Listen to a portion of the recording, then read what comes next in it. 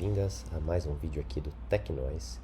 E hoje eu vou dar 10 dicas para você deixar o seu código em JavaScript mais bonito.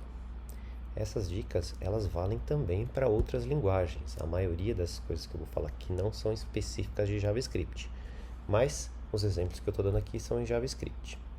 Então vamos lá. Dica número 1. Espaçamento de código.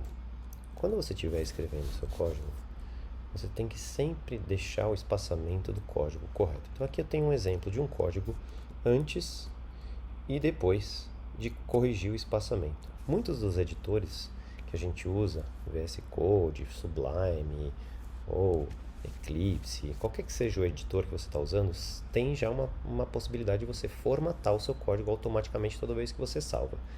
Se não tiver, você tem que ver qual que é a convenção do lugar onde você está trabalhando, mas é importante que o espaçamento seja correto. Então aqui, por exemplo, não tem espaço antes do igual, depois do igual.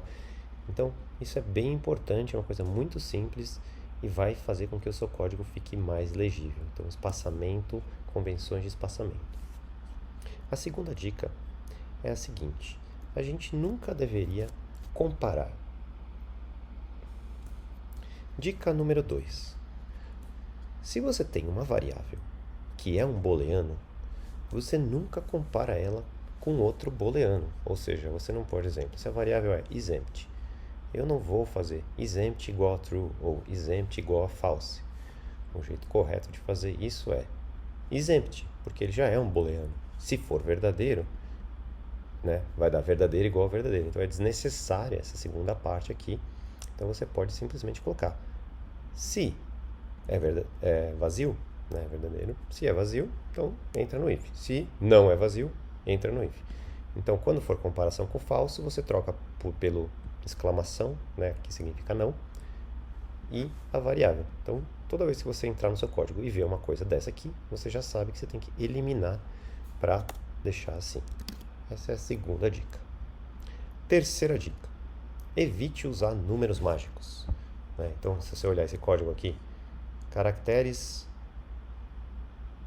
140. O que é 140? 140 é um número mágico. Não sei, é o número máximo de letras que um tweet pode ter. Se bem que agora já mudou para 280. Mas enfim, é até bom que você use esses números numa constante. Então, em vez de você copiar o número mágico várias vezes ao longo do seu código, você extrai ele para uma constante de forma que você reutilize ele. Assim, quando essa constante mudar, no caso aqui, o número de caracteres do Twitter mudou, eu simplesmente mudo aqui e ele já vai ser aplicado. Além de ter essa vantagem de não duplicar o número, de não duplicar a regra de negócio pelo código, você ainda tem a vantagem de que, quando você lê o código, você entende o que é aquele número e não simplesmente aparece como um número abstrato mágico. Quarta dica: presta muita atenção nos tipos. O uso de tipos é bem importante. Você não vai querer tratar uma string como um número ou um número como uma string. Então aqui um exemplo, o número de caracteres máximo é 140, como uma string. E aí eu pego o tamanho da string, e vejo se é 0 ou se é 120. Então você vê que aqui, eu estou comparando com 0, comparando com 120, sendo que isso aqui é um número, Então, a comparação deveria ser feita com um número. Então, transformando aqui o código, número máximo 140, o 120 viram 120, e aí você poderia até juntar esse exemplo com o anterior e transformar esses números aqui, que são agora nesse exemplo aqui um magic number, número mágico, numa constante. Quinta dica: no JavaScript, a gente tem que ter muito cuidado quando a gente vai comparar um valor de uma variável. Então, por exemplo, aqui, se o contador de Twitter é igual a 140, faça tal coisa. Errado. Por quê? Porque aqui eu não estou comparando se esse valor é igual a 140. Aqui eu estou atribuindo, ou seja, estou definindo que o valor dele é 140. Isso vai retornar verdadeiro e ele vai entrar no if e vai alterar o valor do tweet counter. Então, esse aqui é o jeito correto. Muita gente, principalmente iniciante em JavaScript, comete esse erro. Então, cuidado na hora de comparar um valor e de definir um valor no JavaScript. Uma outra dica. Dica número 6.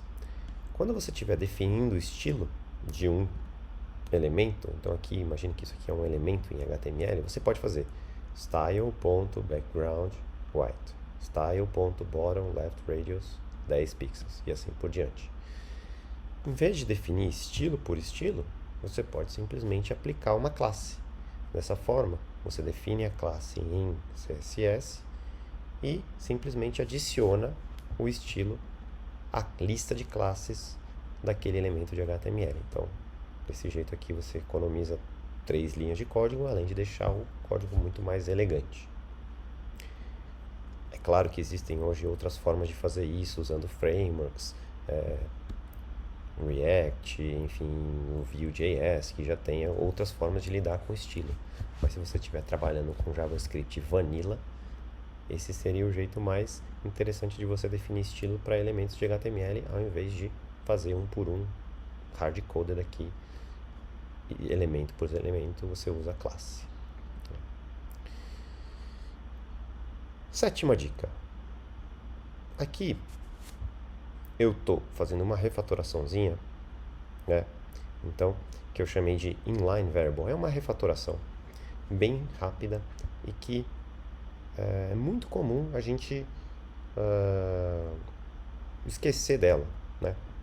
Então, nesse exemplo aqui, eu defino que essa variável aqui é esse trambolho aqui, e depois eu faço um mais igual na variável. Ora, mas se eu definir a variável e usei ela logo na linha seguinte, por que eu já não faço com que esse trambolho aqui já seja direto colocado aqui e eu evito a criação de uma variável, né? Então tem um exemplo aqui que eu tinha 2 linhas, consegui transformar em uma linha, a gente chama de inline variable, esse é o nome dessa refatoração.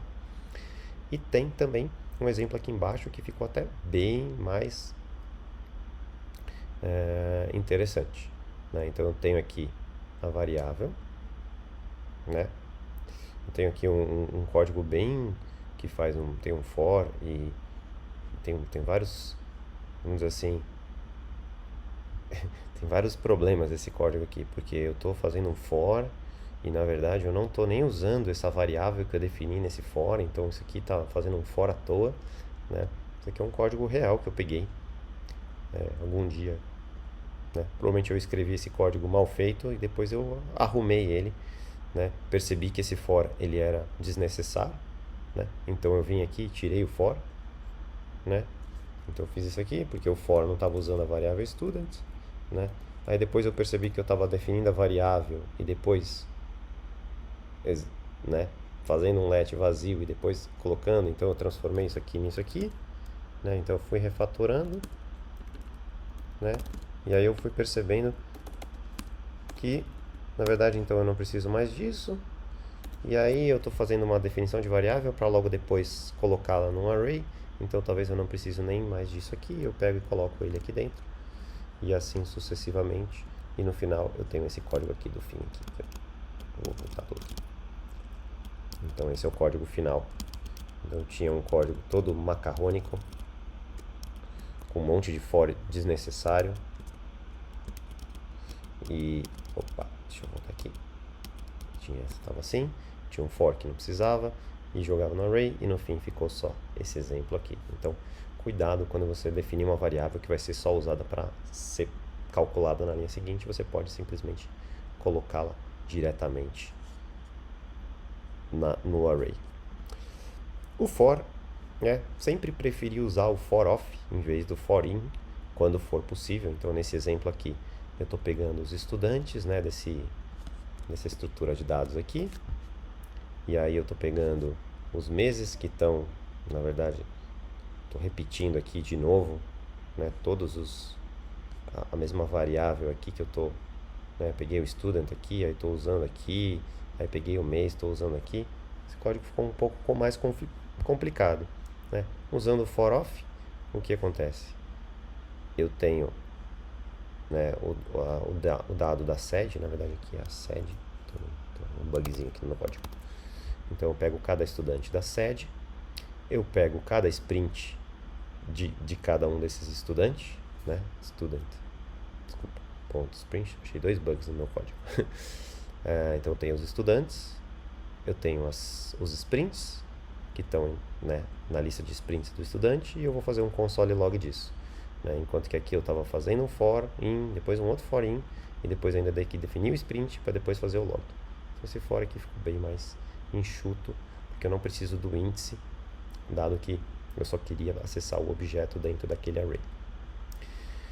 Nona dica: vamos tentar trabalhar e transformar o nosso código que está procedural, ou seja, ele faz sequência de comandos, em um código funcional, ou seja, ele define algo por funções. Então, nesse exemplo aqui, eu tenho uma função que recebe um array de números e soma esses números. Então, nesse primeiro exemplo, eu pego um número, começo a soma com 0, percorro o array com o for in, olha aqui o for in aparecendo de novo, né?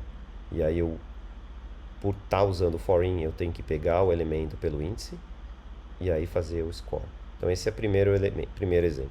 Primeira refatoração, vamos transformar em for off. Então eliminei essa linha aqui, né? Tirando essa linha aqui e usando for off, que é o exemplo logo aqui de baixo. Então vou voltar aqui. Esse segundo exemplo, transformei for in, for off, economizei uma linha. E se eu quiser ser mais funcional ainda, eu vou usar o reduce. O reduce, ele já é uma estrutura é uma função, né, que inclusive tem um vídeo meu que explica exatamente o reduce, depois vou deixar o link aqui nos comentários.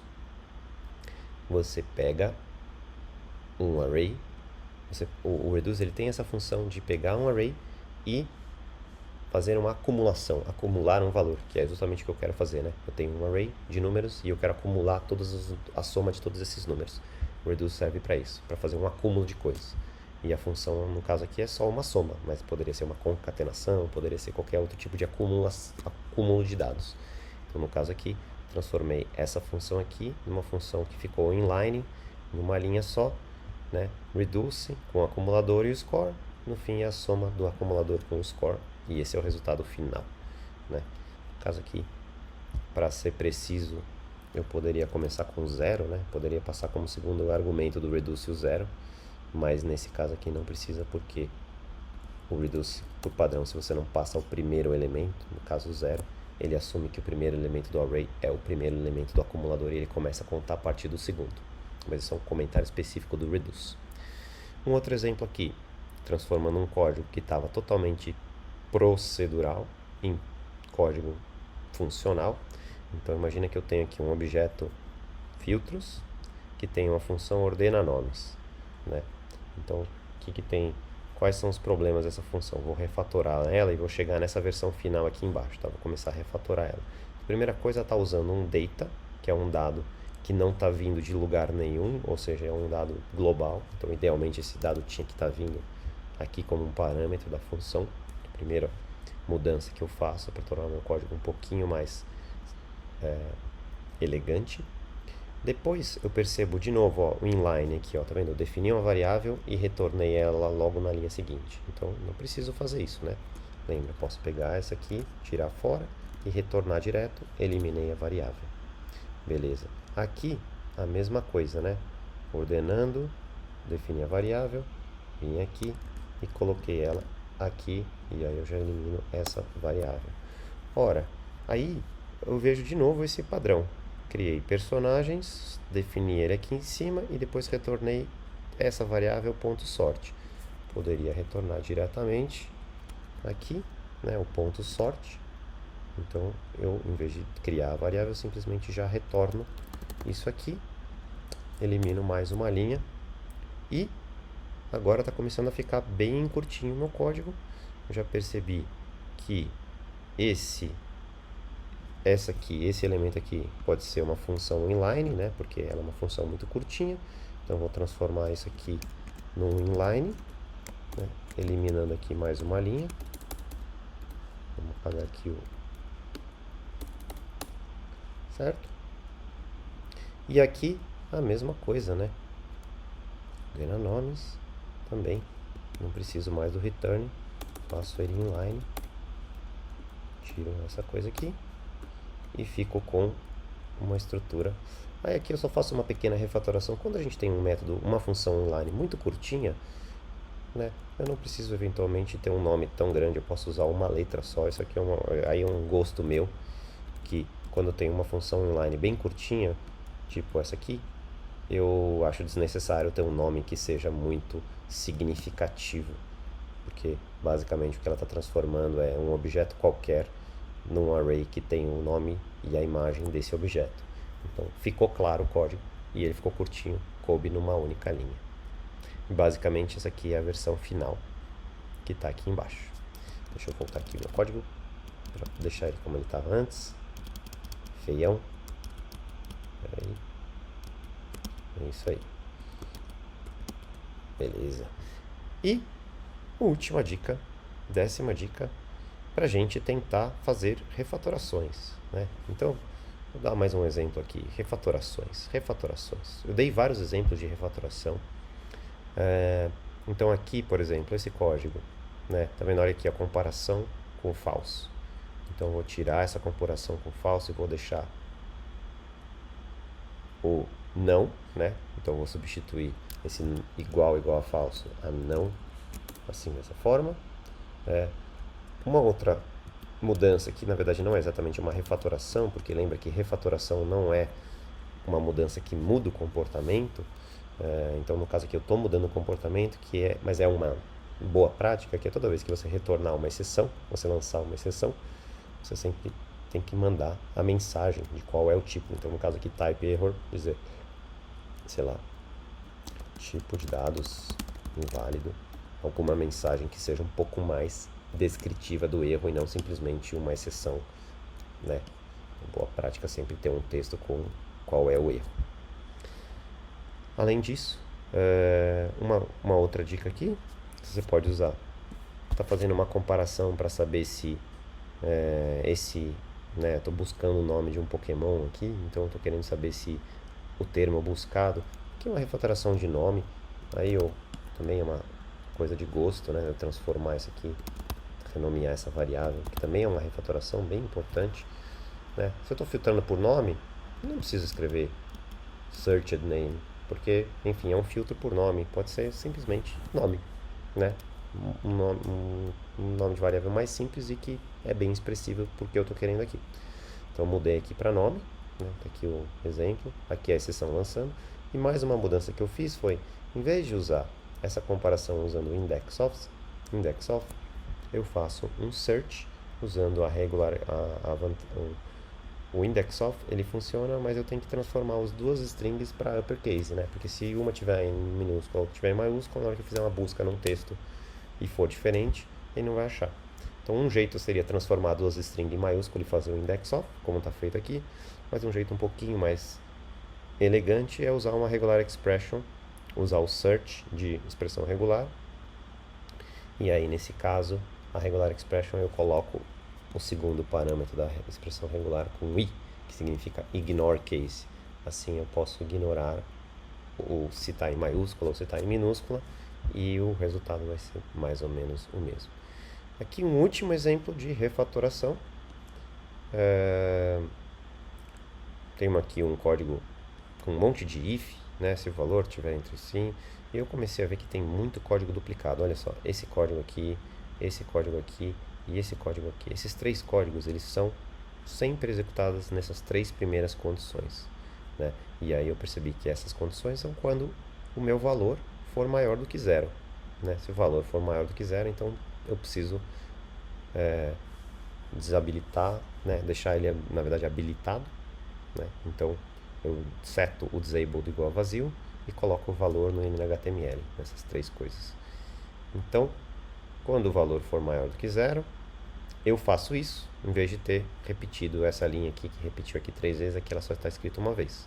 E aí sim, eu faço as condições, se o valor for maior que 20, se o valor for, que é o caso aqui, né? Se o valor for maior do que 20,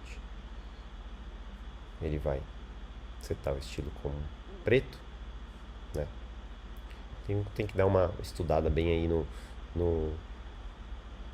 nesses casos aqui, mas uma lógica que está bem complicada, com um monte de if e várias condições duplas, né, nos ifs, eu olhei essa lógica, consegui entender o que eu queria, em vez de fazer vários ifs com ex aqui, no fim, essa lógica aqui, ela é exatamente a mesma lógica aqui, com um código um pouquinho mais limpo, um pouco mais enxuto. Então é isso, espero que vocês tenham gostado desse vídeo. Se você tem alguma sugestão aí de refatoração ou alguma coisa que você observou nesse código que eu mostrei também, deixa aí no seu comentário mais opções de melhoria, porque a ideia é a gente sempre melhorar o nosso estilo de programação. Então, pequenos passos de bebê, melhorando de ponto em pontinho para a gente ficar bom. Valeu, um grande abraço e até a próxima!